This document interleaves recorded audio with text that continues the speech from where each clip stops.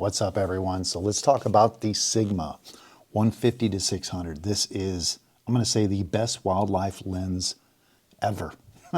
That's a big statement, ever, because I've shot probably over 10,000, easily over 50,000 photos with this type of lens, and all different kinds of brands, Nikon, Sony. We'll talk about that in a sec, but I know that's a big statement. Is it really the best wildlife lens ever? And I'm going to give you 15 reasons why, roughly around 15 reasons why this is such an epic lens, that it just kind of changed the photography industry as a whole when it came out. Now, the predecessor to this is the Sigma 50 to 500, which is a 10 times zoom. There was a little bit of issues with that, but that was an awesome lens as well. But they really kind of knocked it out of the park. So let's go over about 15 reasons why this is a must-have, must-buy for you if you're a wildlife photographer in that.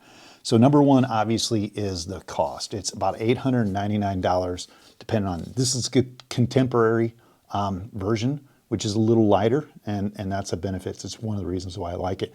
But $899. So if you look at anything, Sony's native 200 to 600, this is 150 to 600, is $2,000. Everything, if you're going up with the bigger lenses, let's say the Nikon 500mm f4s, those are $3,500. Of course, those are a little bit different bracket of quality, but if you go to the 600 f4s, now you're at $10,000, $12,000. It's insane, the amount of price. You're paying 10 times the amount. Granted, going up just a little bit in image quality gets you a lot higher price tag. So right out of the bat, let's just move that price tag wise. There's just nothing that competes in this realm of about $800 for the versatility for the things we're going to name. So that's out of the way. Let's start with number one. Most versatile lens ever for mounts. Now, I've had probably 5 different versions, 5 different lenses like this. I've had it on the Nikon mount. I've had it on the Canon. I have it a couple on Canon, a couple on the Sigma, but the lens support for this is unbelievable, and there's a lot of advantages to this. So let's take a look at, you got the Nikon Z mount, which the adapters will work with. You have Canon EF, you have the Canon M mount, which this little M50, you guys have seen this work with that, or the M200, the little M mount works with an adapter. The Canon RF mount works as well. So you got 3, you got 5 there. You got Olympus. Now, Olympus has a Metabones adapter with this, and it works with the 150 to 600. So that gets you out to 1200 millimeters. It works with the Panasonic, the Micro Four Thirds system. You also have the Sony adapters with the current Sony mount, and then you have the Sigma SA. Now, I've had, again, 5 of these. There's only one that's been questionably unsharp, I would say less sharp, and that was with the Nikon. But the Sigma versions, SA mount, I've had 1 or 2 of those. Canon, Nikon, they have all been very, very closely matched as far as the batch, as far as the sharpness, the color contrast, everything matches up.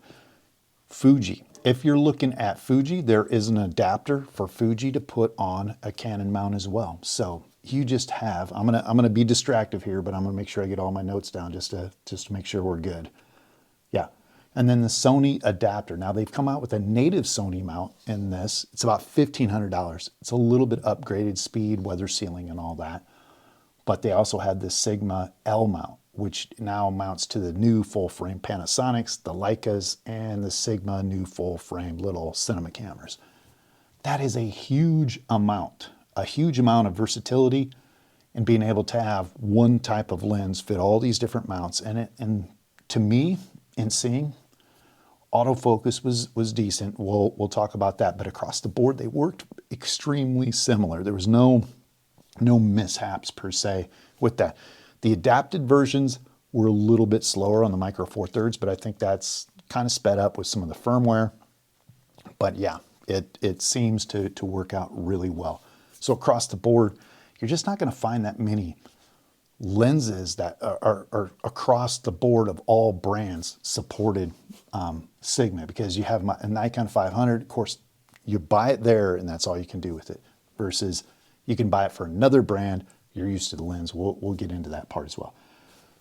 So the range, The range, now the Sigma 50 to 500 back in the old days, that was, oh man, it was mind-blowing what you could do with that lens. You could do portraits, it was a huge lens. You could do portraits, you could do wildlife, do all that kind of stuff. This is pretty much lighter. I think it's lighter, and it actually is sharper across the board. Now the Sigma 50 to 500, great lens, but it was soft at the long end. It was, you had to shoot it at 7.1, f8.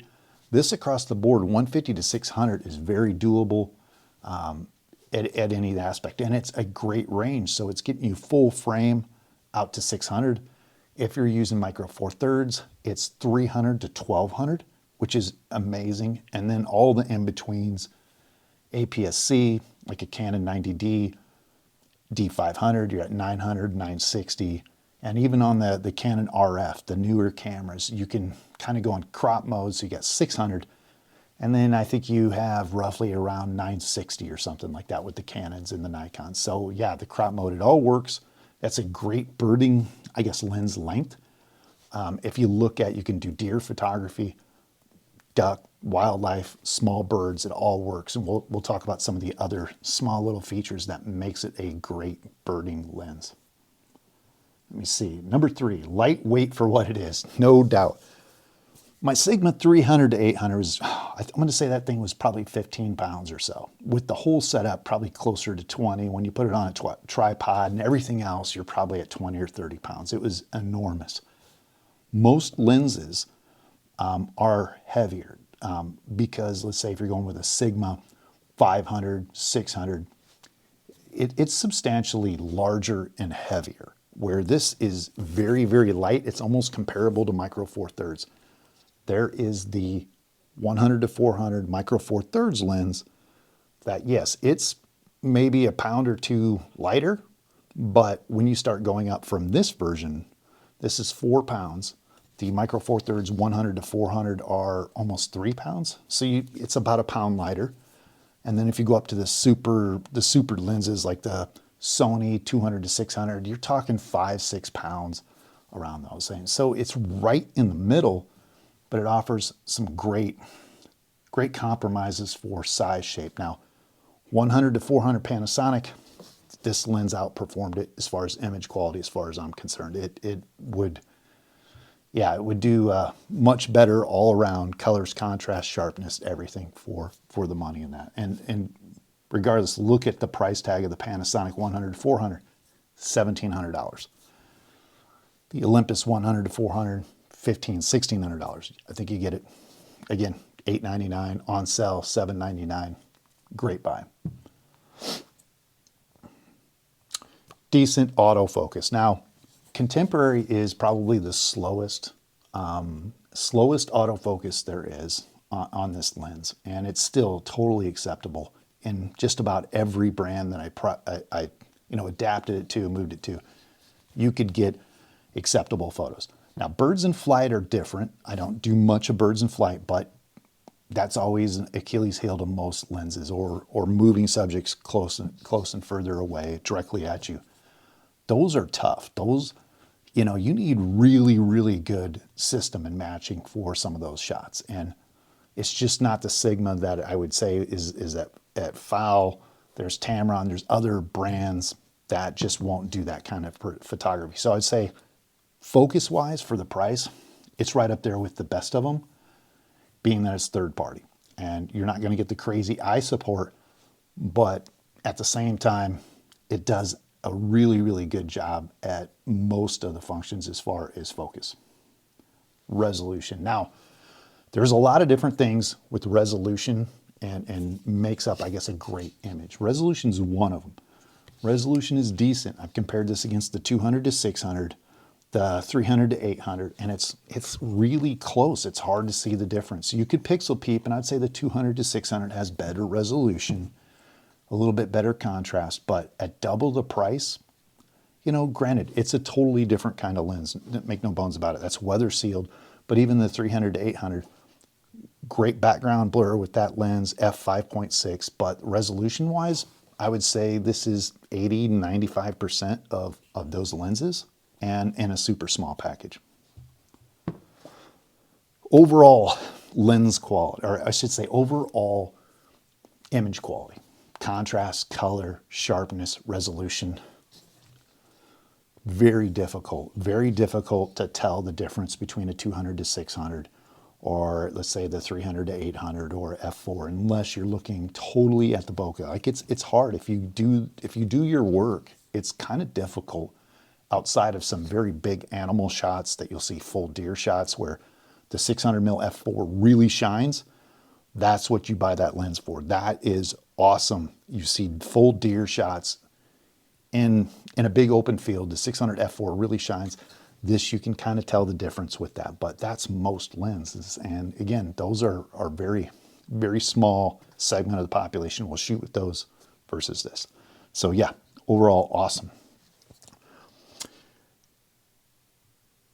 We mentioned the sharpness, but bokeh. Bokeh is actually very pleasing. Yeah, you know, in contrast to the other lenses, I have no problem with the bokeh and the way it's rendered. The background blur, I should say, the bokeh or however one pronounces it. But the lens just performs well. It performs much better than the 100 to 400 background blur. It melts it away, and especially if you use it with Canon. I don't know why. Canon just seems to get that right, the rendering. There's a whole bunch of other science that they do besides that, but the softness that it rolls off, where some of the Micro Four Thirds lenses, they're very so sharp that the background is kind of crunchy, I would say. And 100 to 150 to 600, awesome for that background. Like I said, bokeh, the quality, the way it looks, the creaminess. Yeah, if you do your part, it's hard to tell any kind of difference between a very expensive lens and this little cheap guy. Image stabilization. Yeah, image stabilization is actually, I'm going to say it's pretty good. It works across the board. So what I mean by that is I can put this on the M50. M50 has a non-stabilized body. No image stabilization, no IBIS. Then I can put it on a Olympus with image stabilization, and it kind of adds to it. So I get additional image stabilization. I keep all the buttons and the switches, everything the same. I just mount it on there and it works very well. So that being said, the least amount of stability, or I should say the hardest, most difficult shot or camera to shoot this on was the Nikon D500 in this. It was probably my least performing image, camera combo, but it still was acceptable. It was still, you got a couple stops, 2 or 3 stops. And then if you pair it with something like an Olympus, you're going to get 4 or 5 stops, and your Canons will work as well. But just know the bigger the camera, the louder that shutter, I guess slap is what they call it, a little bit more difficult. Smaller cameras, a little bit easier to control that micro vibrations down at 1/80th of a second. But overall, image stability is awesome. And they have a whole bunch of different switches. There's like 3 different ones. You can turn it off. You can turn it just so it's for panning. So it minimizes the jitter up and down and not side to side. And then full blown. I just want it stabilized. Whatever I do, hand hold.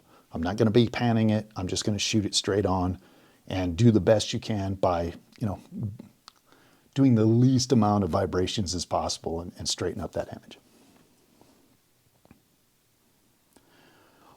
Okay, we are at number 10, minimum focus distance. Oh, wow, this is a good one. This lens for minimum focus distance is 9 feet. People don't think about that, 9 feet. Put it in perspective. There's a Canon R800 and 600 mil f11. That's f11. Minimum focus for the 800 mil is 18 feet, about 20 feet, and 16 feet for the 600. Some of the other lenses, my 300 to 800 Sigma, that lens was roughly around 15 to 18 feet as well. So we're getting half. I mean, you can get really close. So what's that mean? Minimum focus distance? This is the issue. If you're photographing small warblers or small birds, you have to be able to get up close. And I sent out an email to Brent Hall, who has the f11 Canon. I said, hey, can you photograph small warblers with that 800 mil? Can you get close enough? And he's like, no, I could get about 3/4 or half, but there's definitely room. I could get closer, but the lens won't allow me to photograph the bird a super small bird that close. Where this is 9 feet. You can go all the way out with the ASP sensor, APS-C sensor, 900 mil. You can get right on top of it, which is awesome. So very underrated. Most cheap lenses, they kind of limit you on how close you can get in that. Number 11, decent aperture. So here's the situation. Aperture size, this is a 6.3. And you can shoot it down at 6.3 all the way. You can shoot it all day. It's plenty sharp.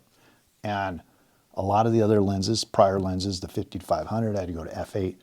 But if you look at, aperture size and system, this is a full frame lens. So you can shoot it full frame, 6.3, f-stop 600. My Micro Four Thirds Panasonic and Olympus gear, that's, it's smaller, but the aperture that you get, the background blur, and that, yeah, it's 6.3, but in reality it's not. You don't get the same bokeh, you don't get the same, all that. A lot of the lenses that are f4, f5.6 are substantially larger. And if you look at that, so this is so close to the Micro Four Thirds 100 to 400 lenses that you're not gaining much size. But if you look at what you're getting in return for the size to the aperture, where in full frame sense, if you're going with Micro Four Thirds, you're really shooting at 12.6, an f aperture 12.6 versus 6.3 full frame. Take that into consideration. Not much more. It's not any more expensive, and you get just more light gathering at almost the same weight. That being said, with the aperture, you have Canon's 800, 600 mil, which are f11. Now they're lighter than this. They're about 2 pounds, maybe 2.5, 3 pounds. But f11, it's kind of got the same size opening, slightly smaller. But at f11, you're letting in so much less light that you have to kick up your ISO. And again, it goes back to that background blur, separation, bokeh, and all that jazz. So for 500, or I should say 6.3 f-stop, it's a heck of a deal. It's a nice trade-off. It's like this perfect blending between, you get a really big lens and weight and opening and price versus 6.3. It's like right in the middle ground, or you can go lower, but you're not getting all that much better image quality or light transfer going through. Number 12. So number 12, lots of switches. This is one of those lenses. Look at this. I don't know if you can see all this. A lot of cheaper lenses don't have the mechanics like this. If you look at the Canon 800 and 600, it's f11 only. You can't minimize it down. You can't break it down. If you look at some of the other lenses, the 200 or even some on the Micro Four Thirds, there's not a lot of switches. You can't change much on that. You might be able to change off the image stabilization, but this has actually 4 switches. There's a custom button to kind of program it the way you want it. You have the image stabilization up, down, which I mentioned, the focus, the minimum focus things. You can turn the focus off and go to manual focus, which is awesome. So you don't have to do that in camera. It's just a click of a switch here and you're good to go. You have a minimum focus, which means, hey, I want to focus at, let's say, 10 meters and beyond. So I guess that reduces the amount of zoom that you have to go through to find your subject. So it automatically ignores anything from, let's say, 9, 10, 12 meters, and it immediately goes out further because it's trusting, hey, I don't even want you to go close and zoom back in. I want you to go further out. So it quickens and it hastens your focus predictability and your speed. The way it doesn't have to do a full search and breath. It can only go from medium out to far, and then you can just open it up. You can just go everywhere. Just go from close all the way out back to find the subject in that. So there's a lot of different buttons and switches on there. You got to, obviously you got to lock, your lock for your camera and that. Yeah, it's awesome. So why is that such a great thing? Well, here's the deal. If you have all these cameras, let's say you switch camera brands like I do, I switch them, you get the gear bug to try something different. The one thing you can count on, I think it's number 14 we're on, the one thing you count on is the lens works the same. Like you get so used to the lens, and automatically shooting Nikon, if I have a switch in the wrong position, I immediately know. It's like, oh, I got to switch it. It won't zoom in quick or near enough. I have this switch in the wrong position. You automatically switch it back. You automatically switch it back and you know it. Going from one brand to another, say Nikon to Canon to Olympus or whatever, if you have the same lens, you know how close you can get, you know how fast your focus speed's going to be, you know how it's going to react. You just know the lens really well. It doesn't change, to where if you're dealing with a different kind of lens on a different system, you're like, oh, okay, this one, the f4 will look like this. It's knowing these little small intricate details of the lens that you can really get the most out of it. And that's the reason why this has always kind of stuck with me through all the lenses. It's always one of those, like if it's a Sigma SA mount, it's whatever. It looks the same. It feels the same.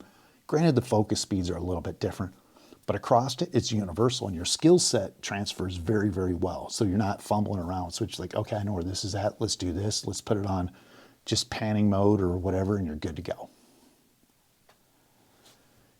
One of the last ones, yes, well, Sigma mount, the dock mount. They have some docks that you can program this in, and they do firmware updates.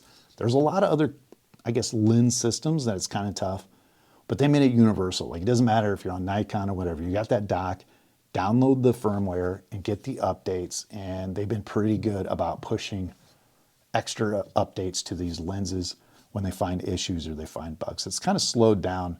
They've now, you know, created the Sony lens that I guess contemporary sports for $14.99. So this is, it's old tech, but it works, and it works just as well. It might not quite focus as fast as the newer systems, but for half the price, and you can upgrade it. And if there's something really, really wrong, just look for the firmware. And there's a lot of knowledge base out there to get you going. If you have issues with it, you can ask people. Just about everybody owns these. There's so many videos out there on this lens. I'm just going to touch on, you know, what I think is missing, the gaps in the reviews and that, and what I kind of see as important in that. And that is about it. You know, 13, 15 of those guys. Whew. So to me, no brainer. It is the best wildlife lens ever. And it's changed the game. It's made wildlife photography very affordable for so many people. I know $800 sounds a lot, but if you look at the competition and the native lenses, $6,000, $3,500, $12,000, $18,000 for a setup. No way, no way. People just can't afford that and have fun. And this will get them 90% of that. No one will know. No one will, wow, did you shoot that on a $800 lens? If it looks good, it's good, right? So guys, got questions, comments, concerns, write them down below, hit that subscribe button, and I will see you next week.